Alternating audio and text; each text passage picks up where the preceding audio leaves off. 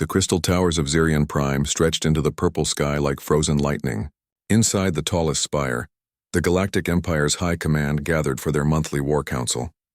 Admiral Zethkar stood at the head of the massive holographic table, his 4 cybernetic arms moving in calculated gestures as he reviewed the latest military reports. The Admiral was a Vorthak, one of the Empire's founding species. His kind had evolved on a high-gravity world where only the strongest survived. Generations of genetic enhancement and cybernetic upgrades had made them perfect soldiers. Standing nearly 8 feet tall with metallic implants covering half his skull, Zethkar commanded respect from every species in the room. Next item. His voice rumbled through the chamber's translation system. The newest Protectorate species requests military integration privileges. Commander Lyra Voss stepped forward from the human delegation area. She was one of only 3 humans present in the vast chamber, and she felt the weight of dozens of alien eyes studying her. The other species here represented civilizations that had mastered faster-than-light travel for thousands of years. Some could manipulate matter with their minds. Others had bodies that could survive in the vacuum of space. Humans had barely figured out how to leave their own solar system. Admiral Zethkar, Lyra began, her voice steady despite her nerves. Earth formally requests to contribute our special operations services to the Empire's military forces. We believe our soldiers can provide valuable support to your existing units. A sound filled the chamber that Lyra had never heard before. It took her a moment to realize it was laughter. The Vorthak's version sounded like grinding metal. The crystalline delegates made a noise like breaking glass. Even the normally silent Voidwalkers seemed to vibrate with amusement. General Corax, a massive reptilian being covered in natural armor plating, leaned forward on the table. "Humans," he said, his translator making his words sound almost pitying. "Your species has been part of our empire for exactly 18 months. In that time, you have contributed nothing but raw materials and basic manufacturing labor. Now you want to send your primitive warriors to fight alongside our elite forces." Zethkar waved one of his cybernetic hands and a holographic display appeared above the table. It showed detailed files on Earth's military capabilities. The information looked pathetic compared to what surrounded it. "Let us examine what Earth calls special forces," the Admiral said. "Soldiers who carry projectile weapons that fire small metal pellets. No energy shields, no genetic enhancements, no psychic abilities. Their most advanced technology appears to be night vision goggles." More laughter echoed through the chamber. Lyra felt her cheeks burn, but she kept her expression neutral. She had expected this reaction. The display changed to show videos of human soldiers in combat. The aliens watched with what appeared to be fascination and horror as humans crawled through mud, rappelled down cliffs, and engaged in hand-to-hand combat with primitive weapons. "They fight like animals," whispered Colonel Vextha, a being whose species had evolved beyond physical combat centuries ago. "Rolling in dirt, using crude explosives, hiding in shadows. How barbaric." "Their psychological profiles are equally primitive," added Dr. Yilon, the Empire's chief military psychologist. "Humans show extreme emotional responses to combat stress. They form irrational attachments to their unit members. Many suffer permanent mental damage from warfare. Our soldiers are conditioned from birth to feel no such weaknesses." Zethkar nodded slowly. "Commander Voss, your species has submitted detailed reports on what you call Special Operations Services. These SOS units appear to specialize in what you term unconventional warfare. Please explain how soldiers who cannot even survive in space without bulky environmental suits could possibly assist forces that have conquered half the galaxy." Lyra had prepared for this question, but standing in front of the Empire's greatest military minds made her rehearsed words feel hollow. "Our soldiers excel at adaptation and improvisation. They can operate in any environment with minimal support. They specialize in missions where advanced technology might be detected or compromised. Adaptation?" General Corax's laugh was like rocks tumbling down a mountain. "Our soldiers can survive on any world in the galaxy. They can breathe poison gas, withstand temperatures that would melt your metals, and fight for days without rest. What possible advantage could biological weakness provide?" The holographic display shifted again, showing the Empire's elite forces in action. Vorthak super soldiers tore through enemy lines with their bare hands. Crystalline warriors manipulated gravity to crush opponents. Voidwalkers phased through solid matter to appear behind enemy positions. The display was clearly meant to demonstrate the vast gap between Imperial capabilities and human limitations. Perhaps, suggested Dr. Yilon, with what passed for kindness in his species, Earth's forces could serve in support roles, maintenance work, supply distribution, basic security on peaceful worlds. Surely that would be more suitable than combat operations. Lyra felt the weight of her species' reputation settling on her shoulders. Every human in the galaxy would be judged by what happened in this room. She took a deep breath and played her final card. Admiral, I respectfully request that you review the classified portions of our military files. There are aspects of human warfare that may not translate well to standard Imperial analysis. Zethkar's cybernetic eye focused on her with mechanical precision. You suggest that your primitive species possesses secret weapons? Hidden technologies that escaped our sensors during first contact? Not weapons or technology, Lyra replied carefully. Methods. Approaches to warfare that might seem inefficient, but have proven effective in specific circumstances. The Admiral was quiet for a long moment. Around the table, other commanders exchanged glances that somehow managed to convey superiority and amusement across species barriers. Very well, Zethkar said finally. As a gesture of Imperial generosity, we will review these classified files. However, I propose that we also conduct a practical demonstration of human military capabilities. Lyra's heart sank. A practical demonstration against Imperial forces would be a massacre. The Shadowkin Rebellion, the Admiral continued, has proven challenging for our conventional forces. Perhaps Earth's SOS operatives would like to attempt what our elite units have found difficult. Consider it a training exercise. The chamber fell silent. Every being present knew about the Shadowkin situation. An ancient species had emerged from the galactic rim, using technology that seemed to bend the laws of physics. Imperial fleets had engaged them 3 times and achieved nothing but casualties. One operative, Zethkar said, his voice carrying the weight of a death sentence. Send your best human soldier to the Shadowkin front. If he can achieve what our forces cannot, Earth will be granted full military partnership status. If he failed, the Admiral didn't need to finish the statement. If the human failed, Earth would remain a backwater protectorate forever. Lyra straightened her shoulders. We accept your challenge, Admiral. As the council session ended and the various species filed out of the chamber, Lyra remained behind to transmit new orders to Earth. Somewhere on her home planet, a human soldier was about to receive the most important mission in their species' short galactic history. She just hoped Marcus Rivera was ready for it. Staff Sergeant Marcus Rivera sat in the briefing room deep beneath Colorado's Cheyenne Mountain, staring at holographic displays that showed star systems he had never heard of. The scar across his left cheek itched as it always did when he was nervous. 15 years of special operations had taught him to trust that feeling. The mission parameters are intentionally vague, Colonel Harrison said, his weathered face grim in the blue light of the displays. Intelligence gathering, possible disruption of enemy operations, the kind of assignment we used to call figure it out when you get there. Marcus nodded slowly. He had volunteered for missions like this before, but never in space. Never against aliens. The briefing materials made the enemy sound like something from a nightmare. Tell me about the Shadowkin again, he said. Dr. Sarah Chen, Earth's leading expert on Imperial technology, stepped forward.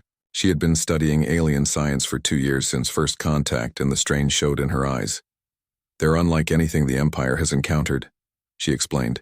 They exist partially in what Imperial scientists call subspace. Think of it as a parallel dimension that overlaps with normal reality. They can phase in and out of our reality at will.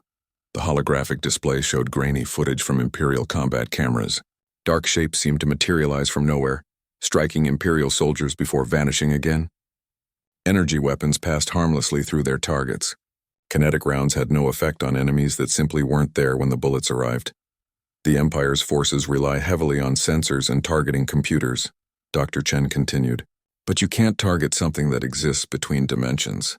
Their energy shields are useless against enemies that can phase through them. Their cyber-enhanced reflexes mean nothing when they can't predict where the attack will come from. Marcus studied the footage carefully. What about their weaknesses? Unknown, Colonel Harrison admitted.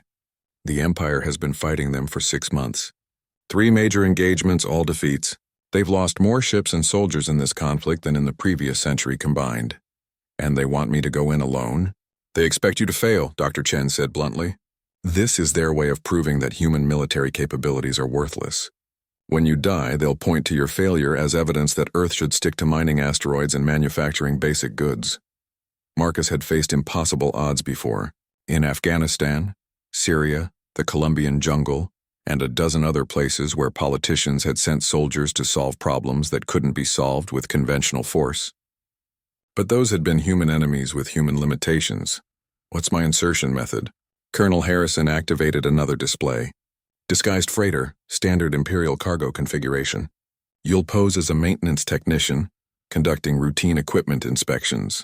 The ship will drop you at the edge of the Thesis system, where the Shadowkin have established their main base. Support? None. Imperial forces have strict orders not to assist you. This has to be entirely a human operation, or it doesn't count. Marcus looked at his equipment loadout. Standard SOS gear modified with Imperial power sources and communication systems. Nothing fancy. Nothing that would impress the aliens who could manipulate matter with their minds. Sir, he said finally, what's the real objective here? Colonel Harrison and Dr. Chen exchanged glances. The question hung in the air for a long moment. Survive, Harrison said eventually.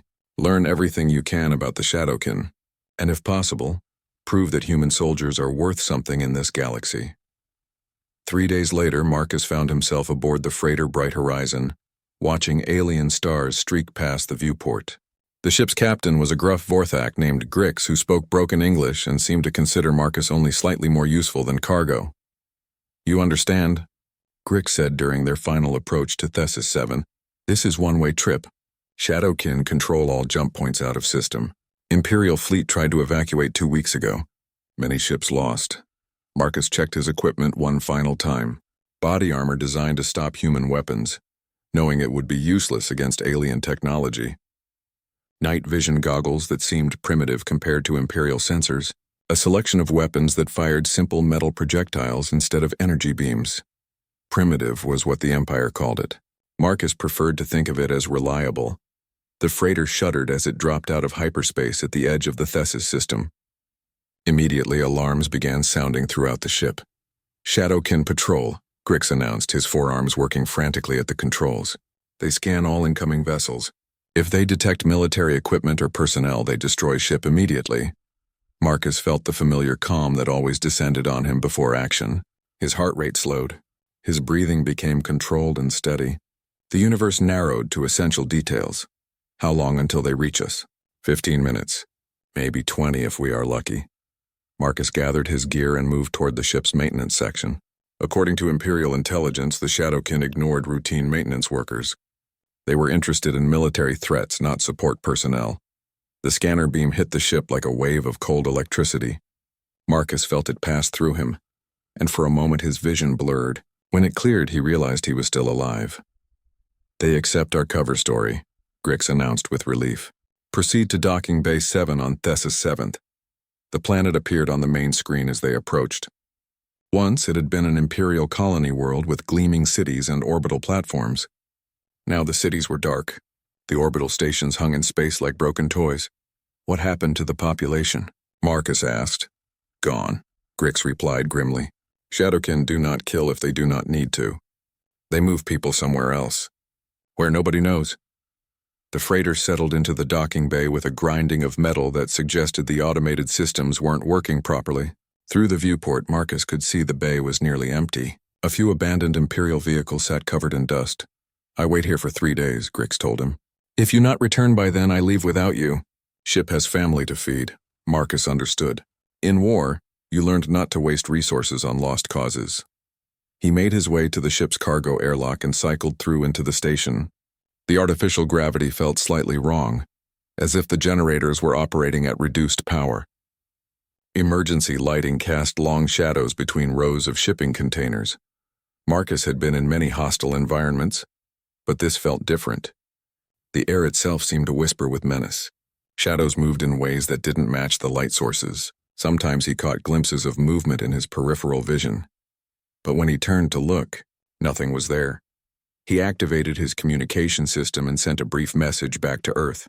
Insertion successful. Beginning reconnaissance. The reply came back almost immediately. Good hunting, Ghost. Marcus smiled grimly at the use of his operational call sign. In 15 years of special operations, he had earned a reputation for appearing where enemies least expected him and vanishing before they could respond.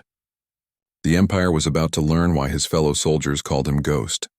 He shouldered his pack and moved deeper into the station, leaving the last trace of Imperial civilization behind. Somewhere in the darkness ahead, an enemy that had defeated the galaxy's most powerful military was waiting. Marcus Rivera had faced impossible odds before, but never like this. Marcus had been moving through the abandoned station for 6 hours when he encountered his first Imperial survivors. The sounds reached him first, muffled voices speaking in the Empire's common trade language. Coming from what his map indicated was a supply depot. He approached carefully, using techniques learned in urban warfare zones across Earth. Stay low, move with the shadows, control your breathing. Listen for changes in the ambient sound that might indicate danger. The depot's main entrance had been sealed with emergency barriers, but Marcus found a maintenance shaft that led to the ventilation system. As he crawled through the narrow space, he could hear the conversation below becoming clearer. "It's been 4 days since the last patrol check," a voice was saying. The translation system in Marcus's earpiece identified the speaker as Vorthak. "They'll assume we're dead soon." "Better dead than captured," replied another voice, this one belonging to a crystalline warrior. "At least the Empire won't have to waste resources on a rescue mission." Marcus found a ventilation grate that gave him a view of the room below. 7 Imperial soldiers huddled around a makeshift shelter built from supply containers. Their equipment was damaged, their uniforms torn and stained. These were the survivors of the Empire's elite forces, reduced to hiding like refugees in their own station. He watched them for several minutes, studying their behavior. They moved with the mechanical precision of soldiers trained from birth for warfare, but there was something missing. They reacted to every sound with textbook defensive positions, but they never seemed to actually listen to their environment. Marcus dropped down into the room through an overhead access panel. The Imperial soldiers spun toward him with weapons raised, their enhanced reflexes giving them superhuman speed. But they stopped when they saw his human face and primitive equipment. "Maintenance worker," one of them said dismissively, lowering his energy rifle. "How did you survive the initial attack?" "I'm not maintenance," Marcus replied in careful Imperial standard. "I'm SOS, Earth Special Operations." The silence that followed was broken by what Marcus was beginning to recognize as alien laughter. The humans sent a soldier here? The Vorthak sergeant's cybernetic implants whirred as he processed this information. One soldier? To accomplish what an entire Imperial battle group could not. Marcus ignored the mockery and focused on gathering intelligence. "How many Shadowkin are in this sector?" "Unknown," replied the crystalline warrior. "They phase in and out of reality constantly. Our sensors cannot track them when they exist in subspace. They could be anywhere or nowhere. What about patrol patterns? Supply lines? Command structure?" The Imperial soldiers exchanged glances that somehow conveyed both amusement and pity across species lines. "Human," the sergeant said slowly, as if explaining something to a child. "These creatures do not follow conventional military doctrine. They appear, they attack, they vanish. There are no patterns for primitive minds to comprehend." Marcus spent another hour questioning the survivors, but learned little that wasn't already in the Imperial intelligence reports. The Shadowkin seemed to move randomly, strike without warning, and disappear before effective countermeasures could be deployed. "You should remain here with us," the sergeant suggested as Marcus prepared to leave. "When the rescue ships arrive, you can return to your mining colonies where you belong." "No rescue ships are coming," Marcus replied. "The Shadowkin control all the jump points out of this system." He left the Imperial soldiers to their denial and continued his reconnaissance. The station was vast, with dozens of levels and hundreds of corridors. Most sections showed signs of hasty evacuation. Personal belongings scattered in corridors. Equipment abandoned in place. Blast doors sealed but not locked. As he moved deeper into the station, Marcus began to notice things the Imperial survivors had missed. Subtle signs that something was living in these corridors. The dust patterns were wrong in certain areas, suggesting regular movement that didn't match the evacuation timeline. Air currents behaved strangely in some sections. as if large masses were displacing atmosphere even though nothing visible was present. Most importantly, the local wildlife was acting strange.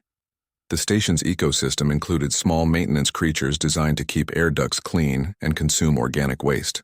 Marcus found them clustered in specific areas, their behavior agitated and defensive.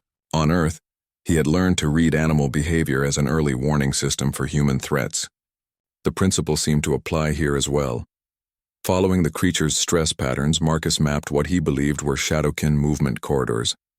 The aliens might be able to phase between dimensions, but they still needed to interact with the physical world to accomplish their objectives. And when they did, they left traces that Imperial sensors couldn't detect but human intuition could interpret. On his second day in the station, Marcus made direct contact. He was moving through a maintenance section when the temperature suddenly dropped 15 degrees. His breath began to fog in the thin air. Every instinct developed over 15 years of combat operations screamed at him to take cover. Marcus dove behind a support pillar just as something materialized in the corridor where he had been standing. The Shadowkin was larger than the Imperial footage had suggested, standing nearly 7 feet tall. Its body seemed to be made of living darkness that shifted and flowed like liquid shadow. Where its face should have been, points of cold light gleamed like distant stars. The creature paused, seeming to sense that something was wrong but unable to identify the threat. Marcus remained perfectly still, controlling his breathing and heart rate through techniques learned in sniper training. The Shadowkin's head turned slowly, scanning the area with senses that operated beyond normal electromagnetic spectrums. After several minutes, the creature began to fade back into subspace. But in the moment of transition, Marcus saw something the Imperial reports had missed.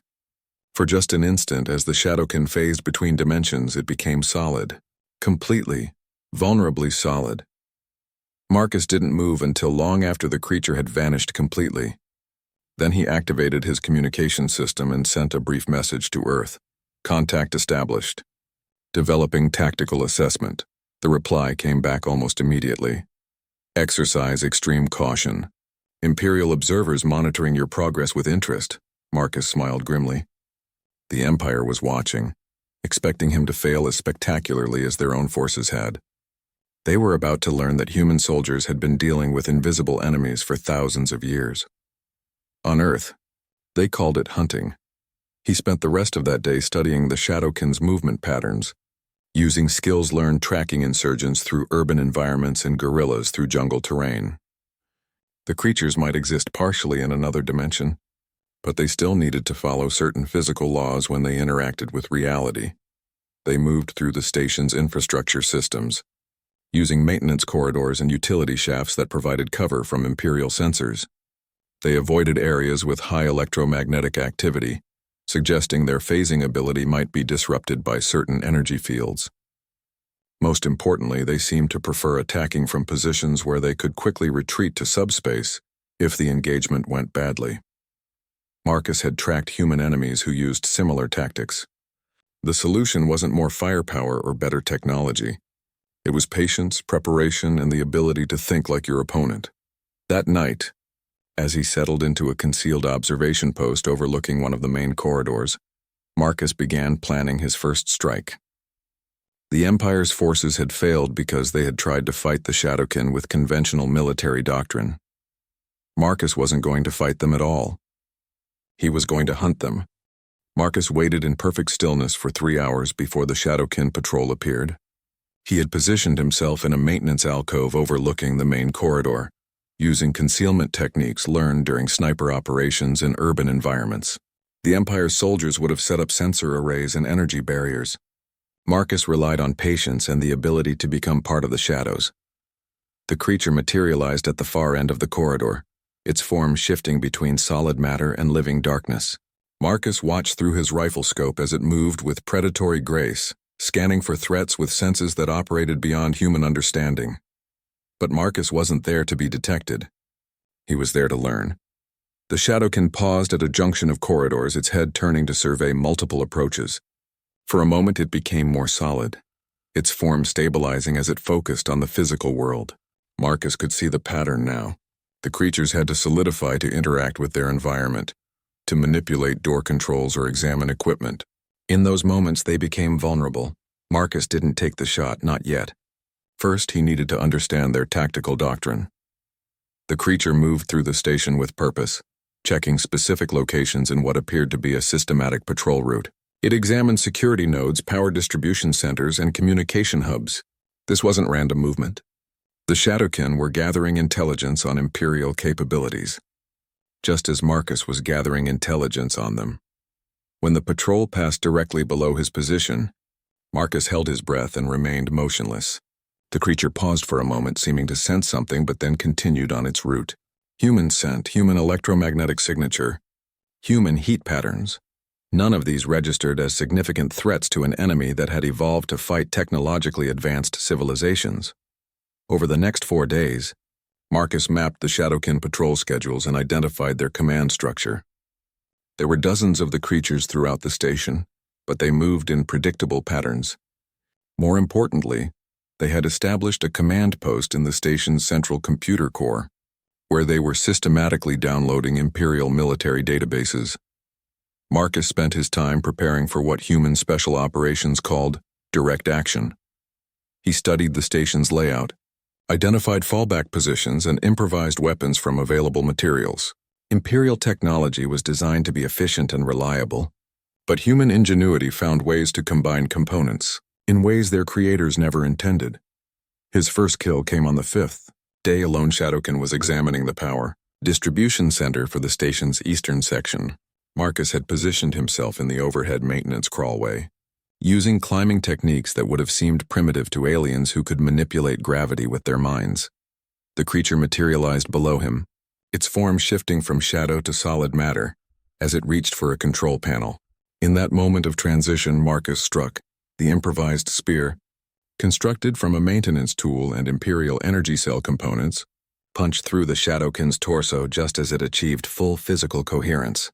The creature's scream echoed through dimensions, a sound that seemed to come from everywhere and nowhere at once. Marcus was already moving before the body hit the floor. He had learned in urban combat that the first rule of asymmetric warfare was simple: strike fast and disappear faster. The Shadowkin response was immediate and overwhelming. Within minutes, dozens of the creatures were swarming through the station, phasing in and out of reality as they searched for the attacker. But Marcus was already 3 levels away. Hidden in a section of the station, their databases indicated was structurally unsound. The Imperial survivors heard the commotion and assumed it was another routine Shadowkin operation. They never imagined that a single human had just accomplished what entire Imperial battalions had failed to achieve. Marcus's second kill came 2 days later. This time he used knowledge gained from studying the creature's behavior patterns. The Shadowkin always investigated disturbances in groups, materializing simultaneously to overwhelm potential threats. Marcus turned this tactical doctrine against them. He rigged an improvised explosive device in a section of corridor the creatures used regularly, then triggered it when a patrol was directly overhead. The explosion didn't kill the Shadowkin. They phased into subspace to avoid the blast. But when they rematerialized to investigate the damage, Marcus was waiting with a weapon designed specifically for their vulnerabilities.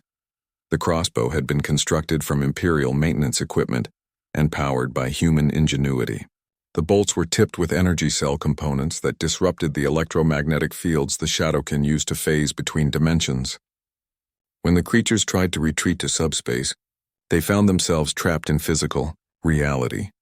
Marcus killed 3 of them before the survivors managed to escape. News of the attack spread through the Shadowkin command structure faster than Imperial intelligence networks could have imagined.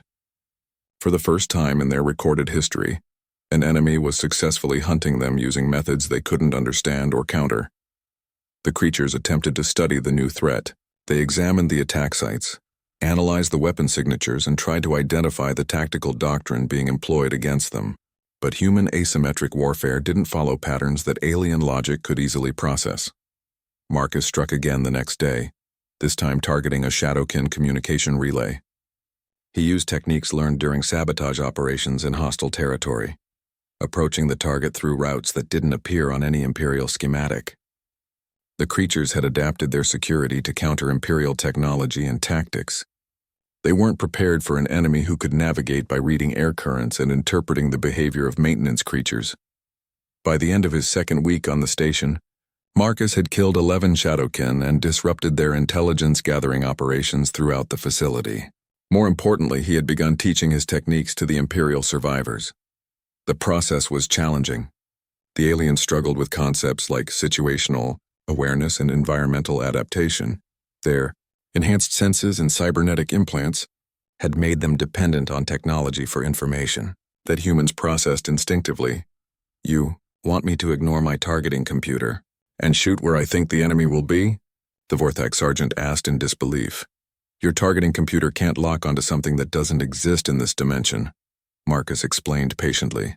"But you can learn to read the signs that indicate where they're going to materialize." "This is impossible," the crystalline warrior protested. "How can biological intuition be more effective than quantum sensors?" Marcus had been asked similar questions by conventional military officers throughout his career. The answer was always the same. Sometimes the most advanced technology wasn't the right tool for the job.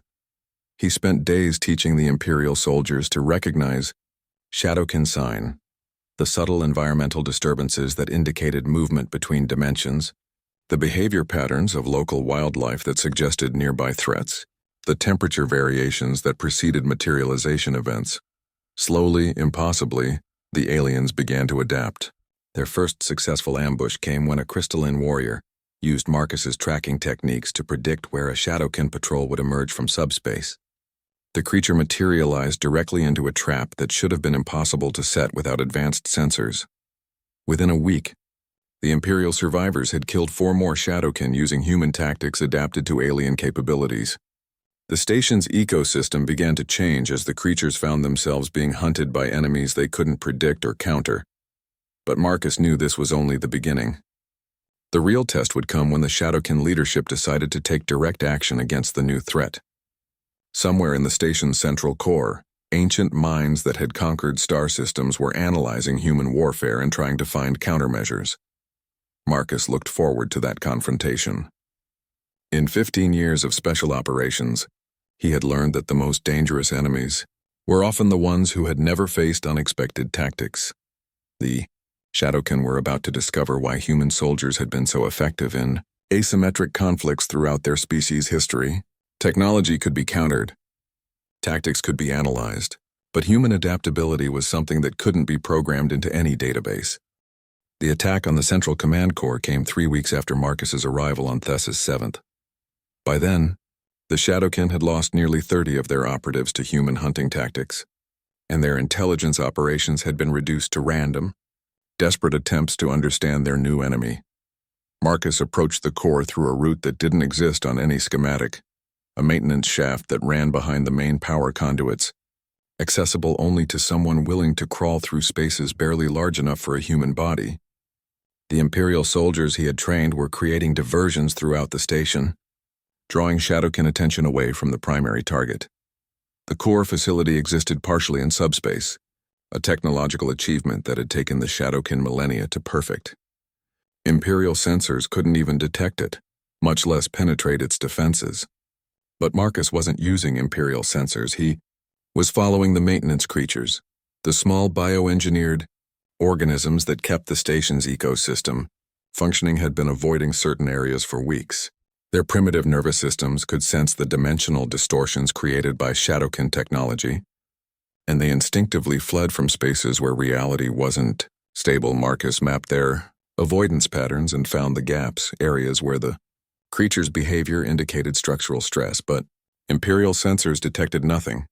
These were the points where the Shadowkin facility intersected with normal space. The infiltration took 6 hours. Marcus moved with the patience of a sniper who had spent days waiting for a single shot. Every few meters he stopped to listen for changes in the ambient sound that might indicate detection. The techniques that had served him in urban warfare zones across Earth worked just as well in an alien space station. The Shadowkin command center was unlike anything in Imperial databases.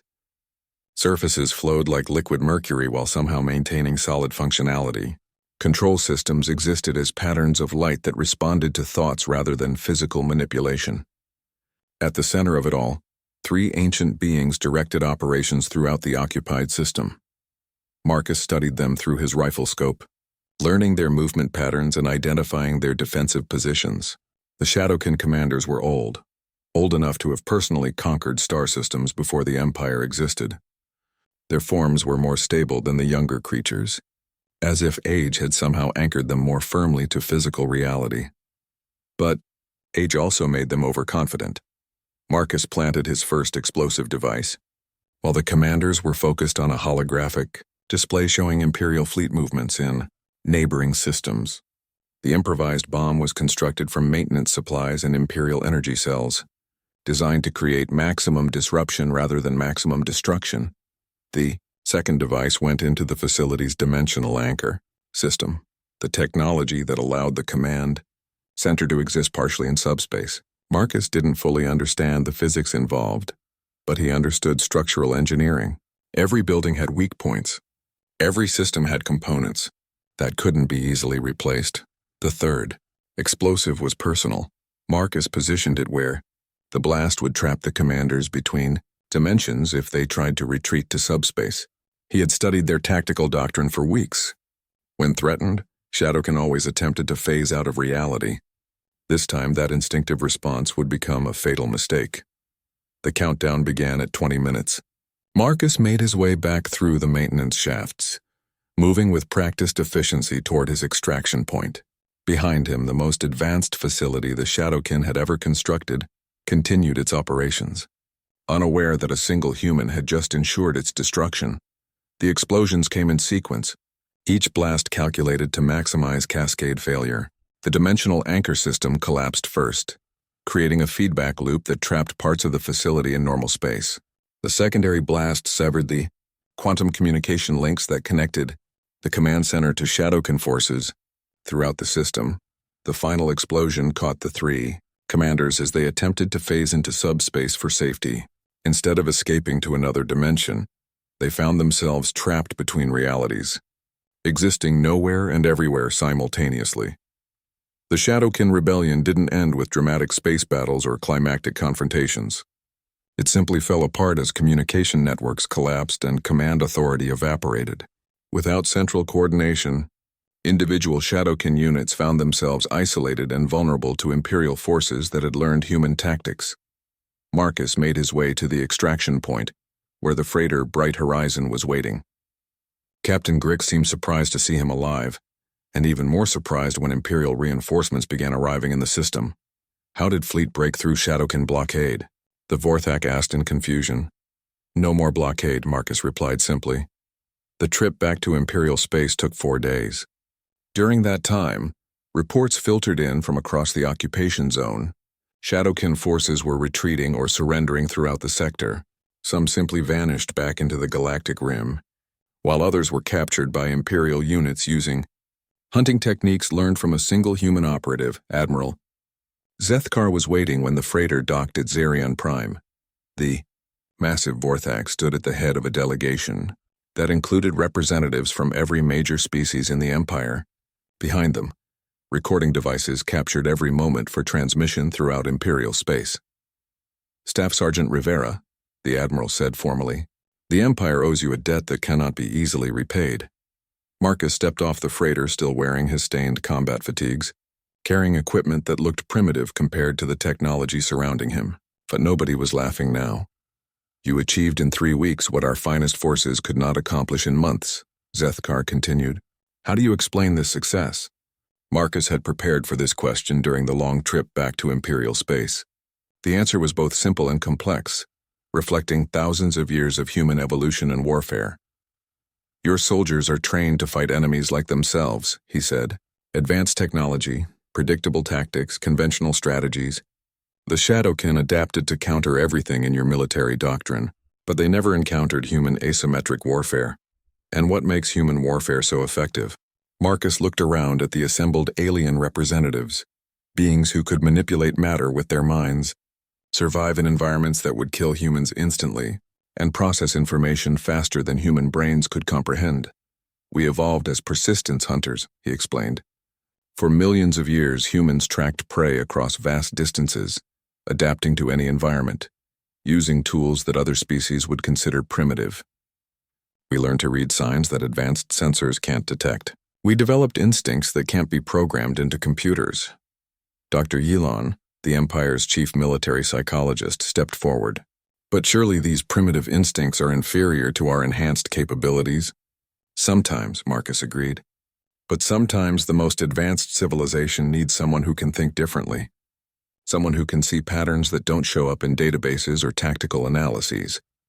The formal debriefing took 3 days. Military analysts from across the Empire studied Marcus's techniques, trying to understand how human tactical doctrine could be integrated into Imperial forces.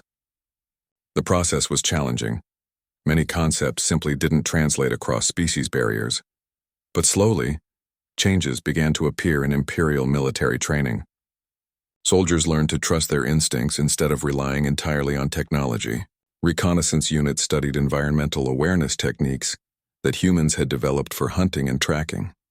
Special operations forces added asymmetric warfare to their curriculum. Most significantly, other species within the Empire began to find their voices. The Krill, whose natural camouflage abilities had been dismissed as militarily useless, suddenly found themselves recruited for reconnaissance missions. The Tethys, whose empathic capabilities had been considered a weakness, became valuable for intelligence operations. Earth's status was elevated from protectorate to strategic military partner. Human S0S operatives began serving alongside Imperial forces throughout the galaxy, bringing perspectives that couldn't be replicated through genetic enhancement or cybernetic augmentation. Marcus received a formal commendation from the Emperor himself, along with an offer to establish a human military academy on Zirion Prime. He politely declined both honors. "I'm a soldier," he told Admiral Zethkar during their final meeting. "I go where I'm needed." 6 months later, when another crisis emerged on the galactic frontier, the Empire's first call wasn't to their enhanced super soldiers or psychic warriors. They called Earth and requested a specialist in unconventional warfare. Marcus Rivera packed his gear and prepared for another impossible mission. Behind him, he left a transformed galaxy, where the most primitive approach was sometimes exactly what the most advanced civilization needed. The Empire had mocked Earth's special forces, but one S0S operative had changed everything. In a universe filled with beings who could bend reality to their will, sometimes the most valuable soldier was the one who understood that reality could also be bent by patience, adaptability, and the willingness to see patterns that others missed.